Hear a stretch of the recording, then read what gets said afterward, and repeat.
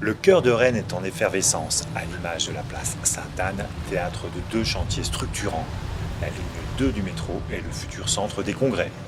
Quelques 160 camions desservent chaque jour ces deux chantiers, mais l'essentiel se passe en sous-sol. Normal pour le métro, mais exceptionnel pour le bâtiment conçu par l'équipe de Jean Gervilly, qui, grâce à une combinaison de techniques inédites, viendra se glisser sous un ancien couvent du XIVe siècle, classé monument historique. Vous voyez derrière moi donc un buton qui a été mis en place de façon à contrecarrer les effets du vent. Vous en voyez donc un premier derrière moi, un second et un troisième à l'intérieur du bâtiment.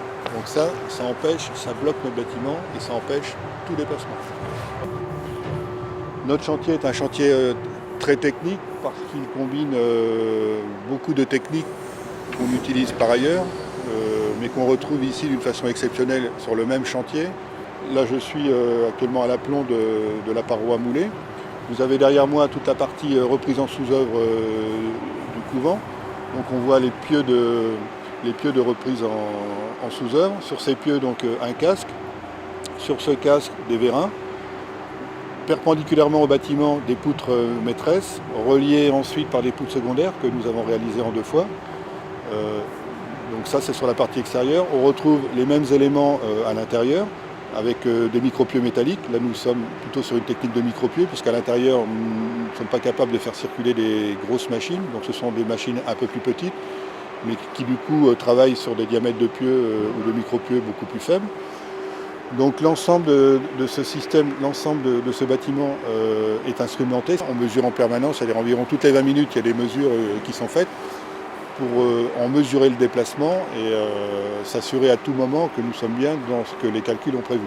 Parce que lorsque nous allons poser le bâtiment sur ses appuis définitifs, au préalable, nous allons vériner le bâtiment, le faire remonter de 8 à 10 mm, de façon à compenser le futur fluage des poteaux lorsque les poteaux auront la charge du bâtiment d'une façon définitive. Cette tranche de reprise en sous-œuvre est la plus spectaculaire et l'ancien couvent apparaîtra en lévitation à 15 mètres de haut dès la fin de l'hiver. Pour réaliser cet exploit, Sogea Bretagne s'est inspiré des techniques de construction ancestrales, comme pour la suspension des voûtes par carcan et lanterne. Cet outil a été mis au point en fait avec notre bureau des méthodes et le service et l'architecte du patrimoine. En fait, sur la base de photos de techniques utilisées il y a plusieurs siècles.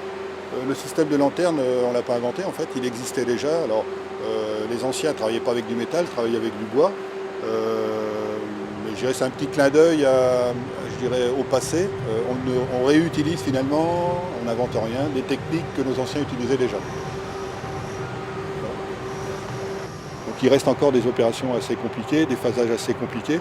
Ça nécessite un travail de méthode très important. Nous écrivons, toute la façon dont nous travaillons, elle est écrite.